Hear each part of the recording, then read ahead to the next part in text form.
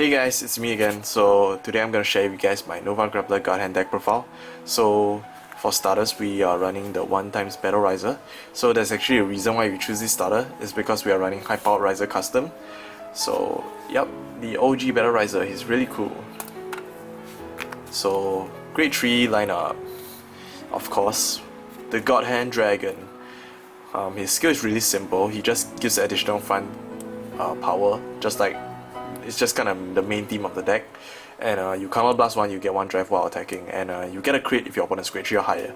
So it's really important that you use the skill every time you attack.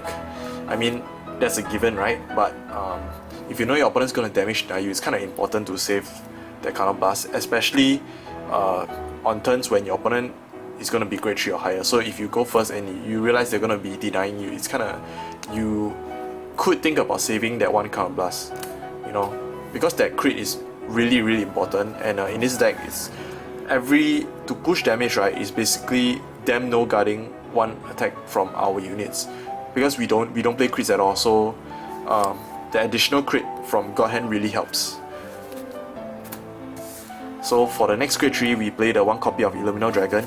Illumino Dragon is a really good rearguard beat stick, because on God Hand turns, right, they are not going to guard the God Hand unless they throw a perfect guard, because he's that's the good thing about this deck, is the power is really unknown. They don't know if you're gonna open a front trigger. When you do open a front trigger, then you know, they gotta calculate for that, and it makes it really awkward for them, the guarding for this deck, and that's why I really like it. And so yeah, he's gonna be live most of the time usually. So as a ride, it's not the end of the world. Okay, I've won games where I wrote this card, you know, not seeing God Hand and all, but there's only a chance to win if you see you know, you see Fusing Striker or Silver Fist paired along with him as your Vanguard. If not, your front has no power, and you basically dead. So yeah. So for grade 2s, we playing 4 copies of Kick Typhoon. He's like the best, one of the best Nova Grappler cards the clan has ever gotten. So he will probably see play in the future decks as well. Skill very simple, you ride on Vanguard or additional rearguard circle, you get 5000 power, and on rearguard circles when you attack, you can just stand 1 unit for 1 counter blast. Okay, it's really very powerful because you know, you can stand any time, so it's like you can stand after seeing what damage triggers your opponent get, if any, you know. So that's really very powerful. Standing, you know, not when you know what I mean. And 4 copies of Fusing Striker. Of course, this guy helps us search for our God Hand. Also, he fits into the main theme of the deck, which is to get front trigger power. So he's probably good, right? Also, he's really good to just stick around on rearguard circles, because he gives the additional 5k to your front row. So he's quite annoying if your opponent doesn't take him out, and you gotta stack all that front trigger power.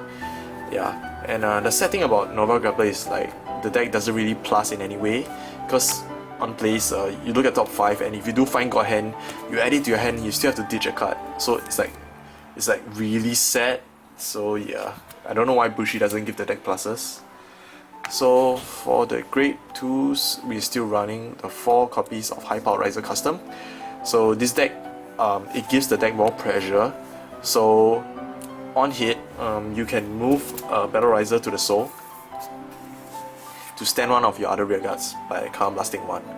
So this is a good ride on the Vanguard circle, going against Force Clans, because you can put the Battle Riser behind, and that allows for numbers later against Force Clans. So if you're not fighting Force, then you don't really need to put this behind. I mean, you don't really need to ride this, you could put this at the side, and if this gets taken out, you can still move this in front, because in this deck, every card is an attacker. As long as you open front, this guy could be like 26,000, so yeah.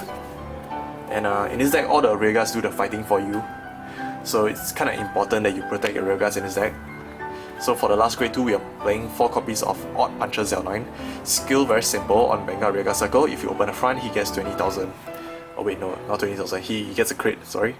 So yep, I mean, because we are playing fronts in his deck, this guy's skill is like so simple. He gets a crit and he suddenly becomes crit 2 base deck, and he helps us push in that damage.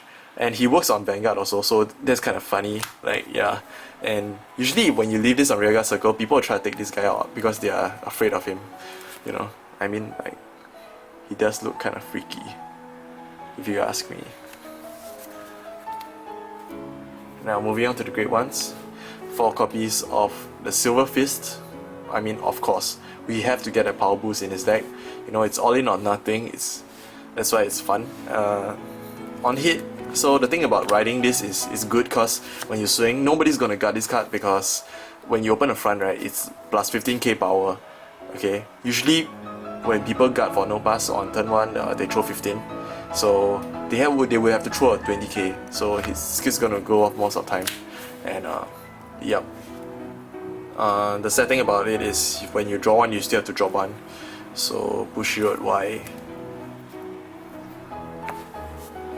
Of course, one of the MVPs in his deck. 4 copies Crit Bengal. So this is a card you really want to see on your later turns. So especially on turn 3 or turn 4, you seriously want to see this card to stack a front, because unless your luck is very good, like you don't need to stack a front and you know a front's coming.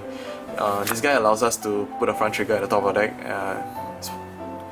So stacking fronts is like sort of a finisher in our deck, like overwhelming our opponent, so making them unable to guard like the 60,000-70,000 power attacks. So yep, Crit Bengal.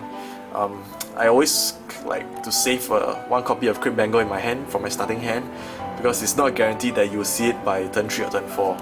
So yeah, really important. The other great 3 is 3 copies Claydol Mechanic, because we really want to save the Counter Blast in this deck. And you know, Counter Blasts are precious because God Hand takes 1, and Kick, we always want to use it if we can. So yep. And most of the time people will try to stuff you for Counter Blast, so Claydol really helps with that. And Claydol's secondary skill, which lets you draw, I've never really gotten it off before, but I think if anyone's playing the control game, or if you're, you know, everything's getting wiped, like you're fighting Narukami, I don't know, his secondary skill might just go off, and you might just get to draw that additional card. The last card we're playing for Great Ones is 2 copies of Gun Trooper Clefs.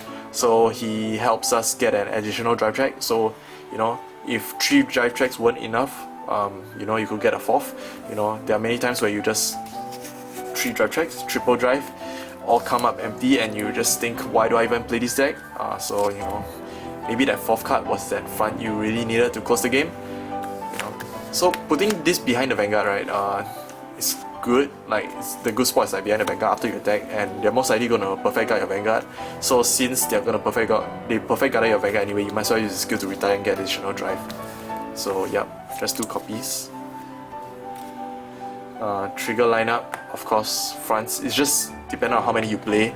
I played 8 copies, and you could mix up your fronts as well. But I like this guy, the Mr. Octopus, and whoa, what's this? Cannonball. I don't really like the other Riser guy, so I play 8 fronts only. I've tried playing more, but the thing is, in this deck, right, you could play as many fronts as you like, but the thing is still the same. It is still a trigger reliant that you could play 12 fronts, and you could end up triple drive checking blanks. So that's the thing about how many fronts you play. It doesn't even matter. If you cannot open triggers, then you cannot open triggers. So that's just the gist of the deck. So of course you want to play minimum 8, and we play 4 draw. Heal triggers. Heal triggers are OP. Okay, and 4 draws, of course. So heals, I think I play 4 heals in every deck. Although this is a hyper aggressive deck, heals, so triple drive checking, right? So you're more likely gonna open your trigger. So most of the times you're gonna drive check your heals and you're gonna open them, and you will get a heal off. So healing is like a counter charging also. And heal triggers are OP because heal triggers are 20k worth of shield. Okay, this is the only card there's 20k worth shield in the deck, and we kind of want to survive also, because if you don't play heal, right, you know, when you're taking lethal damage, that's it. You can't even hope for a top deck heal in the deck. Right. So 4 copies of draw triggers because draw PGs are amazing. You know, they are 2 in 1. When you drive check a draw trigger, you draw a card. So by guarding, you pay off its cost with itself by drawing that additional card. So draw PGs are way too good to cut. So thoughts on this deck in the meta? I would rate it a solid C.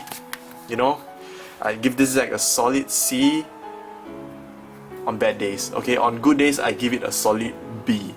Okay, this deck is capable of beating meta decks as long as you drive check your triggers. You can beat anyone if you're able to consistently drive check your fronts. So on good days I give this a solid B. And your gift of choice should always be XL2. Okay, you don't need to be carrying XL1 anymore. If you're not playing XL2, then you're trolling. So that's all for this deck. I might post up some videos of this deck soon. So thanks for watching. Bye bye.